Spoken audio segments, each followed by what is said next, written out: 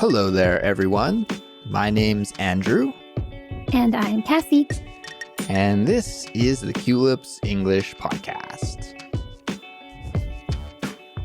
You're listening to Simplified Speech, the Culips series featuring clear, natural, and easy to understand English conversations about interesting topics. Today, I'm joined by my co-host, Kassy. Hey, Kassy. How's it going? Hey, Andrew. And hey, everyone. It's great to be here today. I'm excited to study English together. All right. Yeah, Kassy, it's great to actually have you here because it's been a while since we've actually been able to record together in the same room, in the same place, at the same time. And it's possible right now because you're visiting Korea. Yeah, that's right. I've been vacationing here for almost 3 weeks, and I'm about to head back to Thailand, but we could meet in person once before I left. Excellent. So I thought it could be fun for us to talk about your visit to Korea during this episode. How does that sound? Would that be okay with you? Sounds great. Let's do it. Right on. Great. So we'll get started with that in just a minute, everyone. But before we do, we wanted to let you know that we make study guides and transcripts for all our episodes. They're designed by our team of expert English teachers to help you build your English skills and reach your learning goals faster. To get unlimited access to all our study guides, plus some great bonuses like invitations to our monthly live streams, visit culips.com and sign up to become a member. We'd also like to give a shout out to one of our listeners named Jenny, who is from Victoria, British Columbia, Canada. Andrew, that was your old stomping grounds, right? Yeah, my old stomping grounds. That's right. I went to the University of Victoria, or we always called it UVic, when I was a university student. So yeah, I used to live in Victoria, and that's why we can call it my old stomping grounds, right? That idiom is used to refer to a place where you used to live or you used to hang out. So Victoria was my old stomping grounds. But Kassy, anyways, what did Jenny have to say in her review? Well, she left a wonderful review and she wrote, I've been a Culips member for a year and often listen to your podcast. My son Jesse and I really love your podcast and believe your podcast is the very best one in the world. Please do a shout out for us. Your wish has come true, Jesse. Yes, your wish is our command. So Jesse, here's a shout out. Thank you so much for listening. And thank you for that very wonderful compliment. Wow, Kassy, I don't quite agree that we're the best podcast in the world, but I'm very touched that they think we are the best. That's very nice. But we're not done yet. Jenny has also written another blurb. Let's continue. Okay. As a link instructor, I recommend my students to listen to your podcast too. I like the topic you talked about and the energy you put in your work. We live in Victoria, British Columbia, Canada, and would be so happy if Andrew could visit back with his lovely wife soon. Anyway, best wishes to the Culips team and Culips listeners. I love that. Very nice message and review. So thank you, Jenny and Jesse. Yes, seriously, guys, thank you so much for your support. We love reading each and every message. And a huge thanks to everyone out there who has been supporting us with comments and reviews. It really helps other English learners from around the world find Culips and connect with us. And it also, at least in my opinion, Kassy, it lifts our spirits, right? And motivates us to put our all into creating the best English lessons that we can.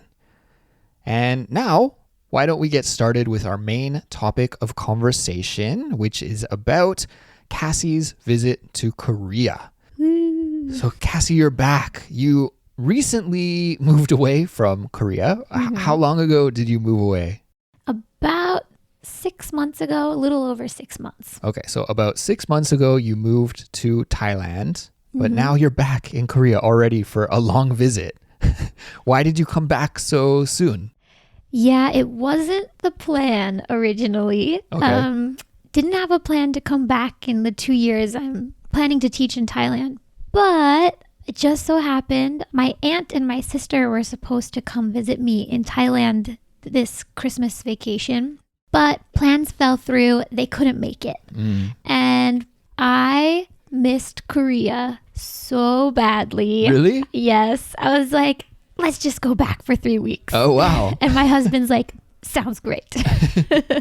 Well, we're certainly happy that you're back. I'm happy that you're back. It's great to see you. And yeah, let's talk all about this trip. So you missed Korea a lot.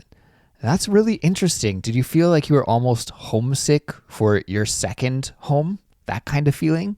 Yeah, my husband and I joke about it a lot all the time because he's like, you never complain about missing America, but you always complain about missing Korea. I'm pretty sure you're Korean now.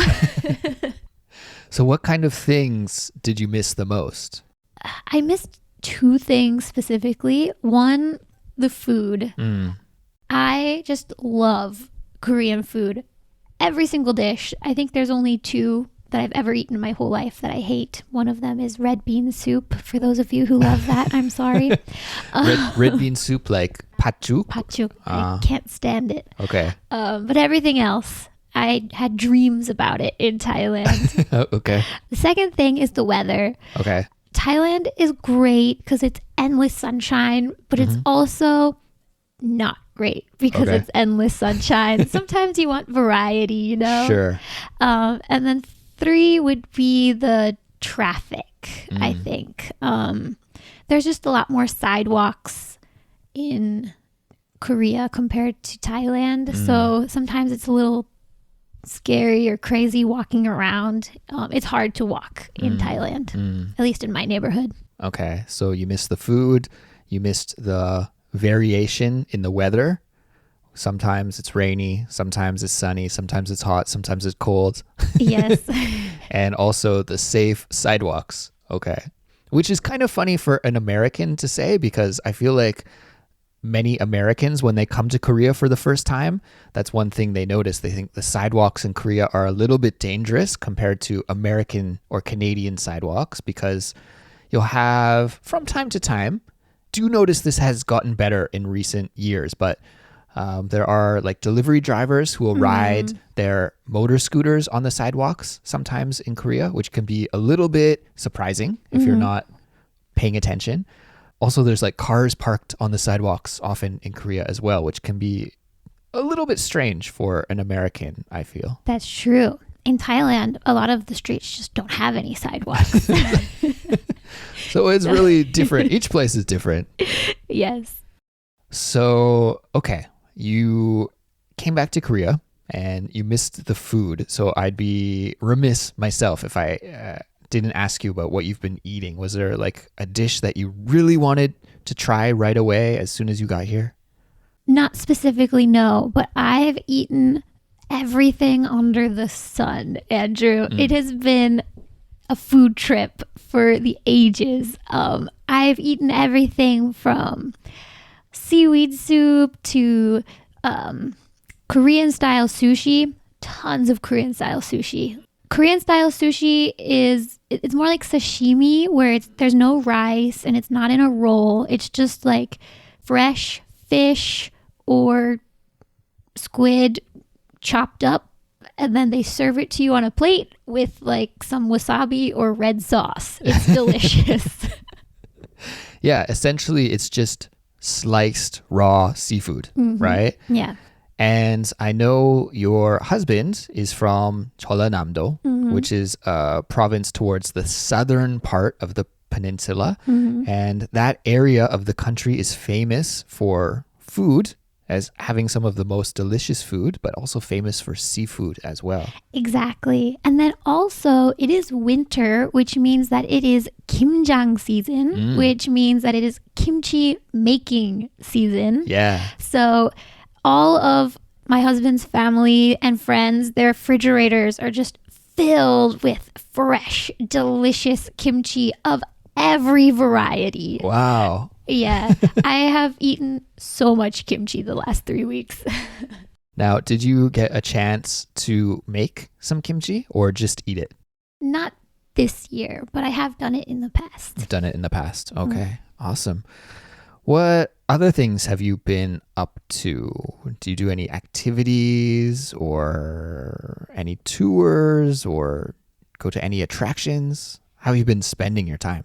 Yeah, we've done a lot of visiting of different families and friends. And we also went skiing. Oh, yeah? Yeah, it was my first time in years. It was Wow. really fun. Wow. And we went on a weekday morning. So it was really early. I think we woke up at like 5:30 a.m. to drive there. But when we got there, the slopes were empty. Oh, yeah? And I heard usually it's pretty packed in Korea. Yeah. So we rode up the lift and down the mountain like 4 or 5 times without any lines. Really? Wow, you got lucky, I think. Yeah. Wow, that's awesome. How was skiing again after many years of not doing it? Scary, but fun. I fell almost every time going down, but only once. How was the snow? Yeah. So, for listeners who don't know, Thailand, even in winter, is like, a nice balmy 26 to 30 degrees Celsius, right? So we get on the airplane and then we touch down in Korea and there's snow everywhere, Andrew. Yeah, we've been having a really real winter, like a genuine winter this year. I feel like in Korea, it varies. Like you can't count on there being snow in Seoul every year. But this year, I think throughout most of the country, there's been really cold temperatures and lots of snow. So that must have been like shocking to come from such a hot tropical place in Thailand to suddenly being in this winter wonderland here in Korea. It was. I think if I lived here full time, I wouldn't love it as much because it would, be cold forever. But it's been so fun being here with the snow, and skiing right after it snowed was amazing. So you had like fresh, powdery snow? Yes. That's so nice. And Andrew, I don't know if you know this, but it snowed in Seoul, but it snowed in Gwangju. I like what you did there, Kassy. You showed, you used the same word, right? It snowed and it snowed, but just the emphasis in your voice communicated that there was much more snow in Gwangju than in Seoul, right? Yeah, I think it was a record, the biggest snowfall in over a decade, something like that.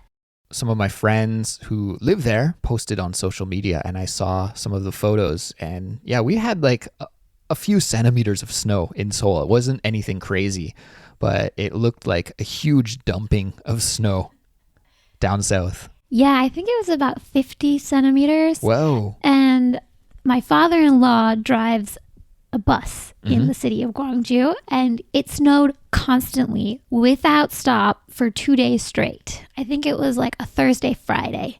And he had to drive the bus on Friday, like that Friday.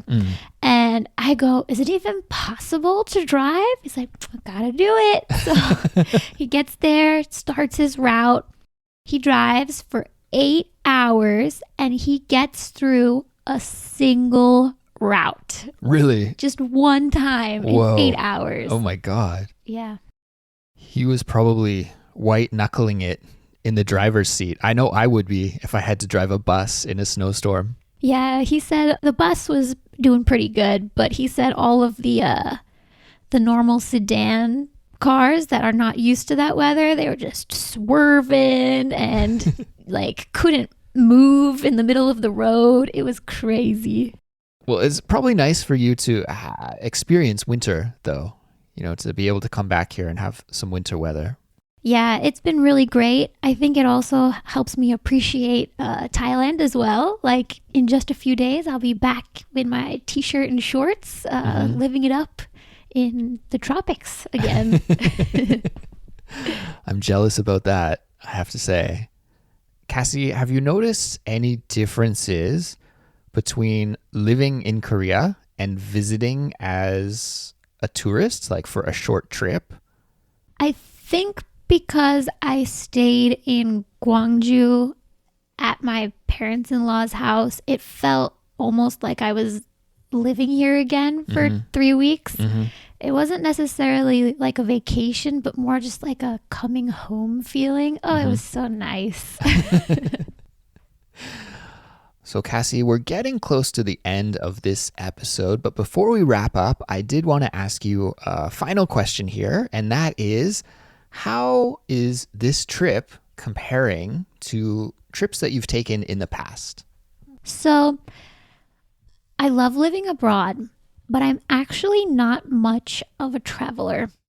I don't like planning things, so planning big trips is stressful for me. What I do love is visiting family. And now it's really cool that I live away from Korea, but now I'm married to a Korean. I have Korean in-laws. So when I come back here, this is like a travel destination as well now. Yeah. And so whether I visit Korea or the States or my family in Sweden, it's always amazing and it's stress-free. You know, I get there, my family has all the activities prepared, all the food ready. I can just show up and have a good time, you know? And this trip was no different. Yeah, you're really lucky that you have family in so many countries. I think that's kind of rare, right? To have family in so many places, Sweden, Korea, America, and so diverse as well. Yeah, it makes it hard to see each other frequently. But I think one special thing about my family is that we really work hard to see each other every year or every 2 years to keep that bond going. Yeah, that's great. Kassy, I think we'll wrap it up here for our regular listeners, but we're going to keep the discussion going a little bit longer on our ad-free members-only edition of this episode. So if you're a Culips member and you're listening to this regular episode, please make sure to go to our website and get the ad-free version so you can listen to the extra bonus content.